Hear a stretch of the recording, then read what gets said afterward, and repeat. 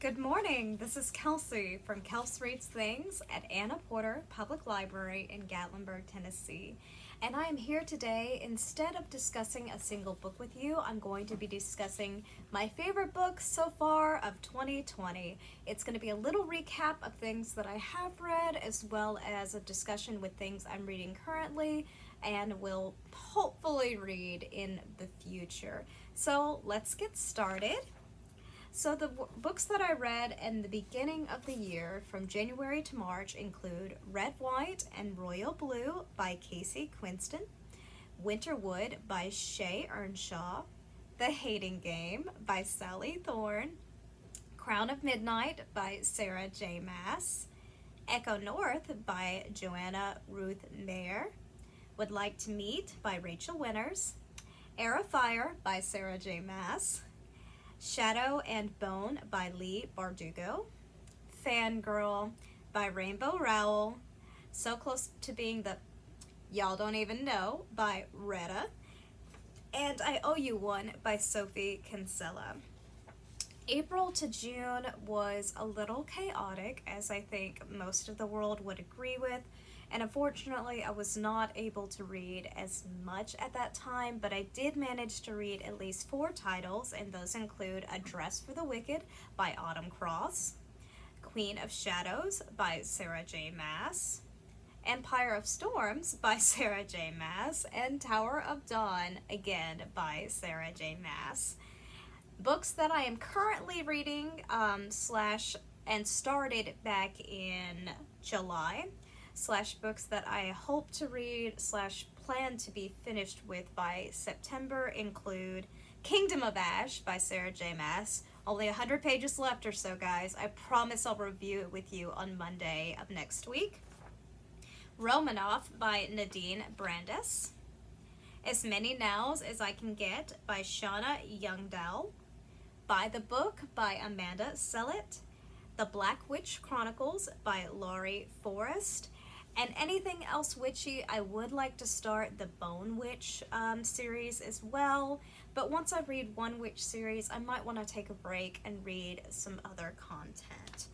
Audiobooks that I'm currently listening to include Crescent City, House of Earth and Blood by Sarah J. Maas, and Succubus Blues by Rochelle Mead. Now, some of you may recognize that name. She did the Vampire Academy books. That's what they are. I have only listened to the audiobooks of those, but they are steamy and fun and fantasy and all the things that I typically enjoy. Romance, epic fantasy, adventure, and strong females.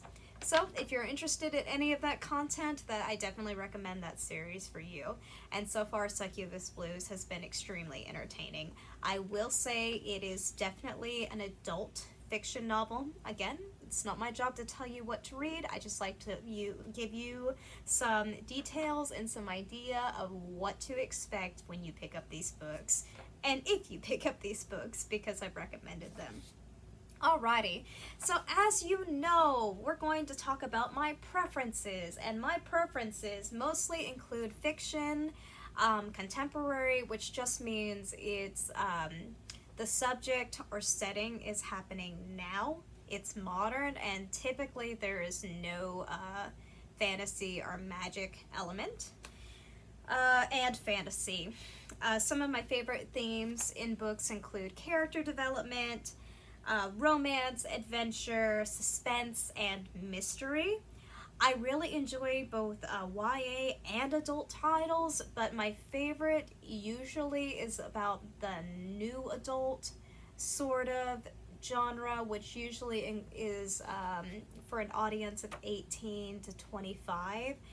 That's just what the publishing companies are marketing to. That doesn't mean that you have to be that age to enjoy these books, but just that's kind of where I'm at right now in my reading preferences.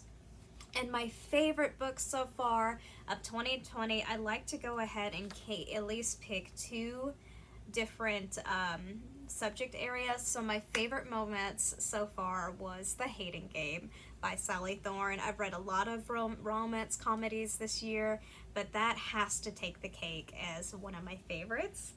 My favorite fantasy has definitely been Empire of Storm by Sarah J. Maas. And my favorite urban fantasy is definitely Succubus Blues so far by Rochelle Mead. I'm almost done with that book as well. I'm on the last hour of the recording, so I look forward to diving into that. Now, by September 1st, I really look forward to starting my witchy books. I know that the Black Witch Chronicles is very popular by Laurie Forrest, and anytime September 1st hits, this gal is ready for fall, which means I'm ready to read some spooky books. So I look forward to reading some darker themes. I am a huge fan of epic fantasy. However, that's been almost all that I've read this year, because Sarah J. Maas's Throne of Glass series is literally 7 or 8 books if you include, and I include it, the prequel. So there is a lot that goes into that series, and they're all at least 300 to 500 pages long, especially towards book 4, maybe even book 3. You're getting into the 500 to 600 page amount. So it's a lot to take in, but I've loved them. And even though I love them, I'm ready to, as I said, to kind of expand a little bit and read some different content. I'm especially looking forward to reading As Many Nows as I Can Get. It's a young adult contemporary book. It's a coming-of-age book. I'm also really looking forward to By the Book by Amanda Sellett. It kind of reminds me, based on the description, of Emma by Jane Austen. It's about a young woman who loves books, and she kind of, I believe, is helping her friends find ideal, like, literary boyfriends, I think. Something along that nature. I'll give you more detail once I actually dive into that book.